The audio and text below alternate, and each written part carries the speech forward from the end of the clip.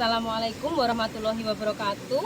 Kami calon guru penggerak Angkatan 10 Kabupaten Blora akan melakukan demonstrasi kontekstual modul 2.3 coaching dalam supervisi akademik terdiri dari pengamat atau observer, coach dan juga kunci bersama saya Ika Irawati dari SDN Paceku sebagai observer.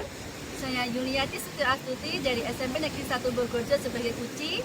Dan saya Septian Angga Saputra dari SMP Negeri 2 Ngawen bertindak sebagai coach. Selamat menyaksikan. Assalamualaikum warahmatullahi wabarakatuh. Waalaikumsalam warahmatullahi wabarakatuh. Selamat siang Pak Yan. Selamat siang Bika. Apa kabarnya hari ini? Alhamdulillah luar biasa, sejuk, damai, nyaman. J. Terima kasih. Hari ini Pak Ian akan melaksanakan kegiatan coaching bersama Bu Yulia. Alhamdulillah J. Sebelum melakukan coaching kita akan melakukan kegiatan pra-observasi. Jadi saya akan memberikan beberapa pertanyaan kepada Pak Ian. Pertama-tama saya akan mendiskusikan dulu rubrik penilaian kita pada coaching ini. Coaching yang saya amati adalah terkait Pak Ian untuk melaksanakan coaching serta respon kunci terhadap Pak Ian. Apakah sudah sesuai dengan alur cerita yang kita pelajari? Kemudian bagaimana Pak Ian memberikan pertanyaan-pertanyaan berbobot terhadap coach sehingga coachnya itu dapat memberikan respon atau menanggapi dengan baik. Jangan lupa disesuaikan dengan prinsip coaching ya Pak, diantaranya kemitraan serta proses kreatif dan memaksimalkan potensi dari kunci tersebut. Saya tanyakan untuk pertanyaan pertama ya Pak ya. Pada proses coaching ini kira-kira kompetensi apa yang akan Pak Ian kembangkan? Saya ingin mengembangkan yang pertama itu present, jadi kompetensi present, lalu kompetensi yang kedua mendengarkan aktif, dan yang ketiga itu memberikan pertanyaan yang berbobot. Jadi ada 3 kompetensi yang ingin Pak Ian kembangkan dalam kegiatan coaching kali ini. Ya. Kemudian pertanyaan yang kedua, secara spesifik kompetensi mana yang akan Pak Ian kembangkan lebih lanjut dalam proses coaching ini dari 3 tadi? Saya tuh ingin mengembangkan yang kedua itu yang mendengarkan aktif, sama yang pertanyaan yang mengajukan pertanyaan berbobot itu. Jadi ada 2 ya, mendengarkan secara aktif dan pertanyaan berbobot. Kemudian yang terakhir, ketercapaian apa atau tujuan pengembangan dari proses coaching yang Pak Ian harapkan apa saja? Yang pertama indikatornya adalah coach mampu mengenali masalah yang dihadapi. Lalu yang kedua, coach itu mampu menemukan solusi. Dan yang ketiga, coach mampu menentukan langkah-langkah solusi tersebut untuk menyelesaikan masalah yang dihadapi. Ya, terima kasih untuk kegiatan pra-observasi. Saya kira cukup. Untuk selanjutnya silahkan menuju kegiatan observasi bersama coaching bersama Guria ya Pak ya. Iya. Semangat Pak. Iya, semangat Bu. Selamat siang Pak Ian. Selamat siang Yulia. Gimana Pak kabarnya Pak? Alhamdulillah ya baik. Yulia gimana? Saya sedang agak ini Pak. Agak gimana ya? Ya baik. Kurang semangat untuk, ya. untuk kesehatan sehat Pak. Cuman untuk ini agak apa sakit sih Pak? Ada waktu Pak Ian? Oh, ada waktu ini mumpung nih kuliah, ini kondisinya cerah sekali ya, dan kita semua ya, kita semua di alhamdulillah bisa berkunjung di sini di pantai yang indah ini. Coba mumpung kondisi yang enak ini, coba diceritakan ya. Healing nih ya Pak ya. Daripada permasalahan yang saya hadapi juga ada jalan keluarnya ya Pak ya. Amin, daripada amin. Mana ya? Apa? Oh, entok enggak terlalu semangat. Ini loh Pak ya, saya tuh kalau lihat teman yang ketika beliaunya itu aktif, kemudian menjawabnya pertanyaan dari apa pada waktu diskusi itu pintar jawab, pintar memberi masukan, tuh saya merasa rendah diri Pak ya.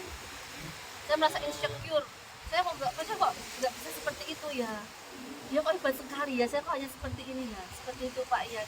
Jadi saya kalau melihat temannya seperti itu langsung yang misalnya ayam itu langsung yang gini Pak ya, langsung yang berhenti ya, mengkeret gitu. Yang tadinya ini jadi terus kok gitu ya, merasa benar-benar saya itu nggak ada apa-apanya dibandingkan mereka seperti itu Pak ya. Apalagi di kegiatan kita ini apa guru penggerak ini Pak Ian. Saya merasa yang teman-teman pintar-pintar semua ya, aku nggak bisa seperti itu kayak gitu Pak Ian. Jadi Bulia merasa itu ya, udah diri ya, minder nggih. Iya Pak Ian. Diri gitu. Nah, menurut Bulia nih kok bisa gitu tuh, kok bisa itu alasannya kenapa Bulia kok bisa minder itu dari Bulia sendiri apa yang dirasakan? Ya, penyebabnya ya saya merasa gimana ya Pak, Melihat kenapa itu kok bisa minder itu apa karena melihat pencapaian seseorang gitu nih Bulia? iya melihat mereka kok bisa jawab seperti itu ya, kok bisa sampai seperti itu ya pemikirannya.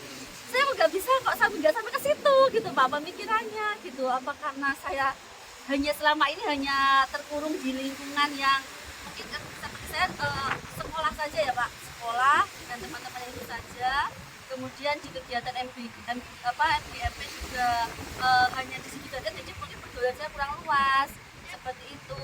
Jadi pemikiran saya tidak bisa berkembang itu seperti itu ya Pak Yani. Iya, iya. Jadi kali ini Bulia, jadi apa yang Bulia mau gitu ketika tahun ini Bulia pengen jadi orang yang seperti apa?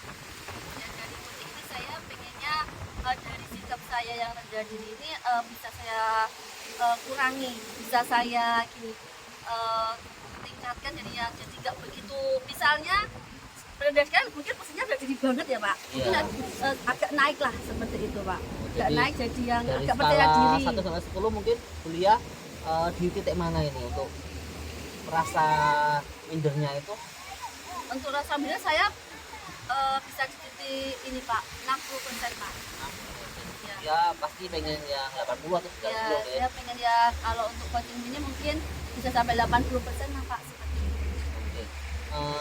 Dia pada waktu sosialisasi maksudnya dengan orang lain atau dengan teman gitu. Karena nggak kuliah itu diberikan saran atau kritik gitu.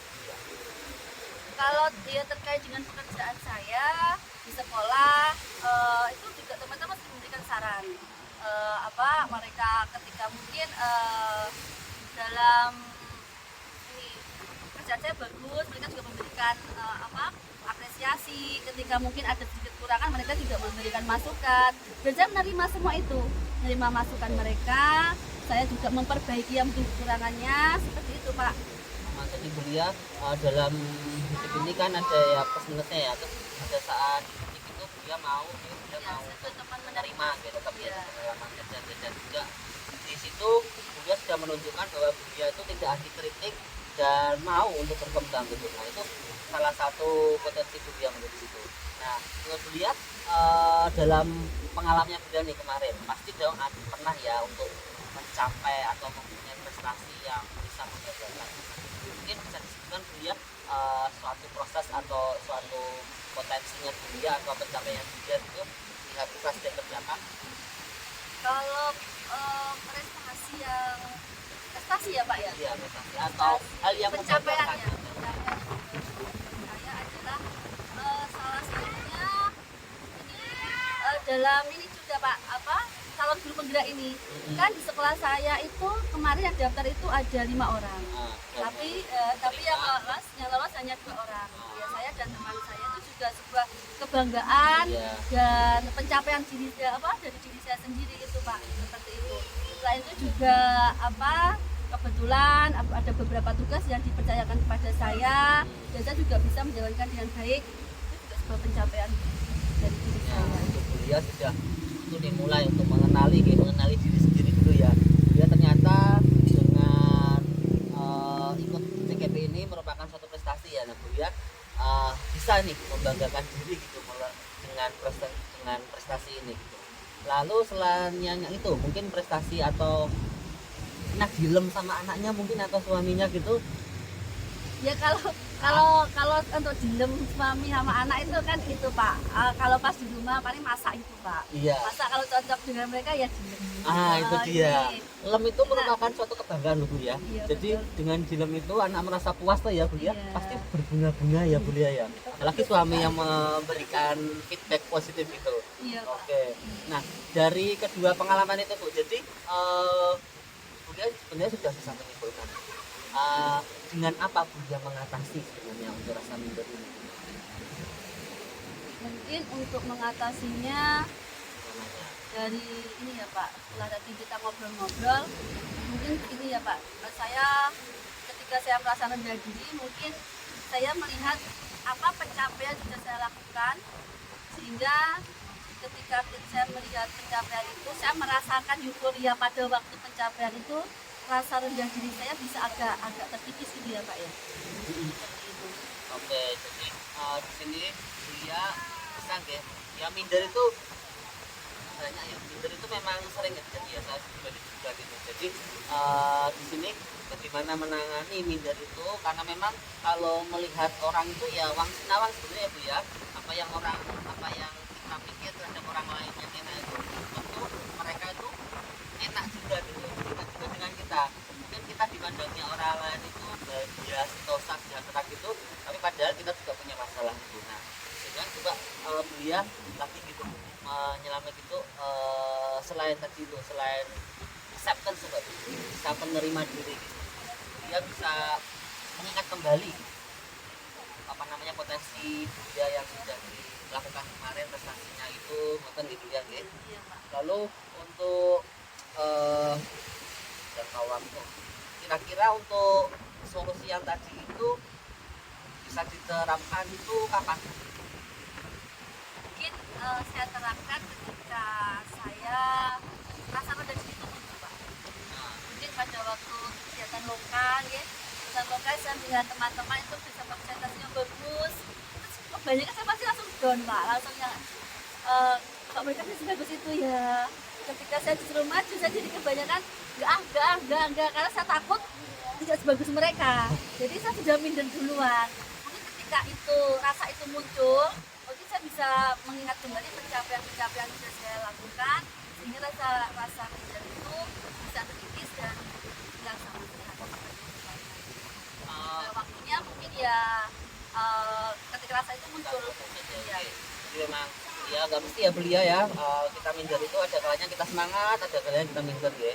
Oke, lalu apakah belia butuh bantuan untuk melakukan solusi ini, mungkin belia atau dari teman atau dari anak, dari keluarga, dari suami? Dan untuk di sekolah itu saya memang punya teman dekat Pak Yan.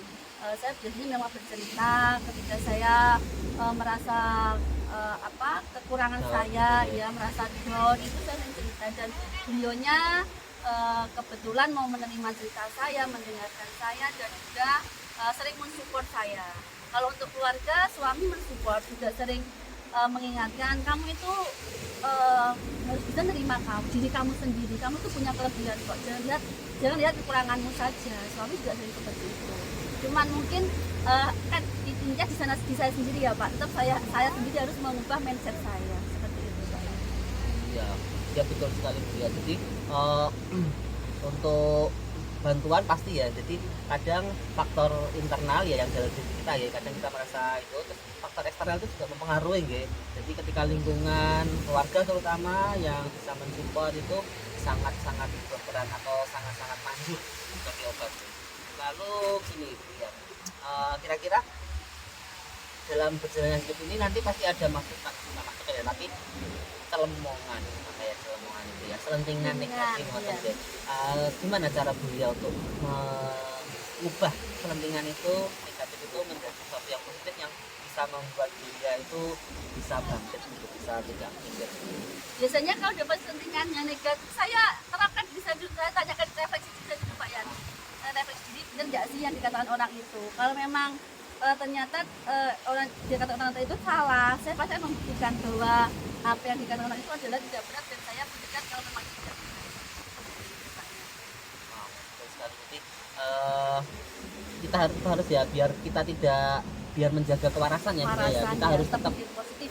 walaupun ya namanya lingkungan pasti ada negatif positif, tinggal kita mampu untuk menyaring yang negatif itu biar tidak masuk ke dalam. Biarkan yang negatif itu nggak usah masuk, tapi Lewat saja ya Pak. kalau lewat masih bisa masuk Bu, tapi bendal aja Oh, gitu ya. Bendal aja, jadi biar kita biar yang negatif itu tidak sempat masuk Iya, ya. oke. Oke, lalu tadi untuk waktunya sampun nggih biar nggih.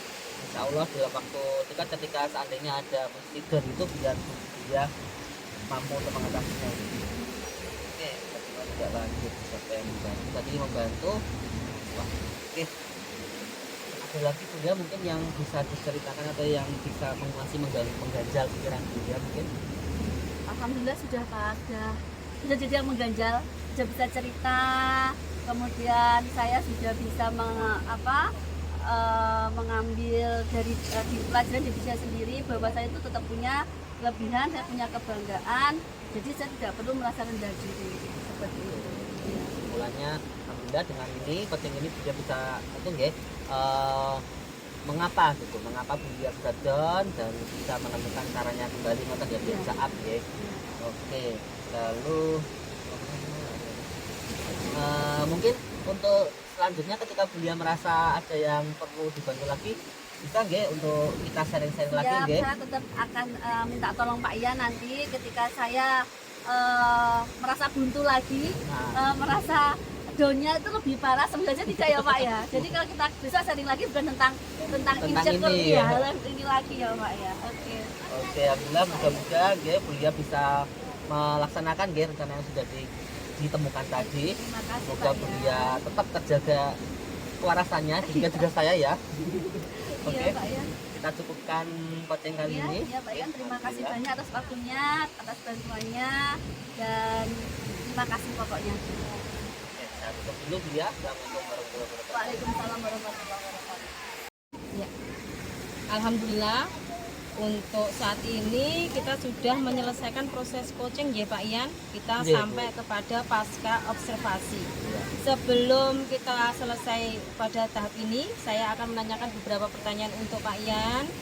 Kira-kira setelah melakukan coaching ini, apa yang sudah Pak Ian lakukan terkait dari indikator ketercapaian proses coaching ini Pak? Menurut tadi saya sudah dalam coaching tadi saya sudah menggunakan alur tirta gitu ya, Ya. yang menentukan tujuan, identifikasi masalah, lalu rasa solusi dan yang terakhir tanggung jawab tadi. Lalu di situ tadi saya sudah mencoba untuk menggali potensinya Bulia tadi dengan memberikan pertanyaan-pertanyaan yang bisa mengarahkan untuk Bulia untuk menemukan solusi terhadap masalahnya tadi. Mantap. Iya. Sudah sangat baik sekali proses coaching yang sudah Pak Ian laksanakan. Saya akan menyampaikan catatan hasil observasi saya terhadap proses coaching yang sudah Pak Ian laksanakan. Setelah saya perhatikan, Pak Ian sudah melaksanakan proses coaching sesuai dengan alur tirta ya, yaitu urutannya yang sudah kita baca tadi. Ada tujuan, ada ya, identifikasi, ada rencana aksi dan tanggung jawab. Kemudian Pak Ian juga berusaha menggali potensi dari coach yaitu Bulia, hal-hal apa yang perlu dikembangkan. Kemudian sudah digunakan prinsip-prinsip coaching yang sudah kita ketahui. Setelah semuanya saya ungkapkan untuknya hasil observasi, kira-kira kompetensi apa lagi yang ingin Pak Ian kembangkan dari proses coaching hari ini? Saya tuh ingin sekali Bu untuk bisa merumuskan lagi ya, merumuskan pertanyaan yang berbobot gitu. Karena menurut saya kemampuan itu menjadi kunci ketika kita melakukan coaching.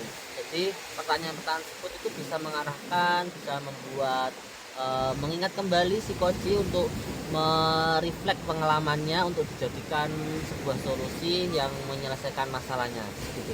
Iya, memang proses coaching ini tidak bisa instan ya Pak Ian. Yeah. 1-2 kali kita latihan langsung jadi tidak bisa. Jadi harus sering-sering kita coba laksanakan bersama rekan sejawat ataupun orang lain, berusaha membantu si coach untuk menemukan potensi dan menyelesaikan permasalahan. Proses coaching hari ini sudah sangat baik yang sudah Pak Ian laksanakan. Semoga kedepannya semakin baik lagi. Tetap semangat Pak Ian ya. Sampai bertemu pada proses coaching untuk selanjutnya. Assalamualaikum warahmatullahi wabarakatuh. Waalaikumsalam warahmatullahi wabarakatuh.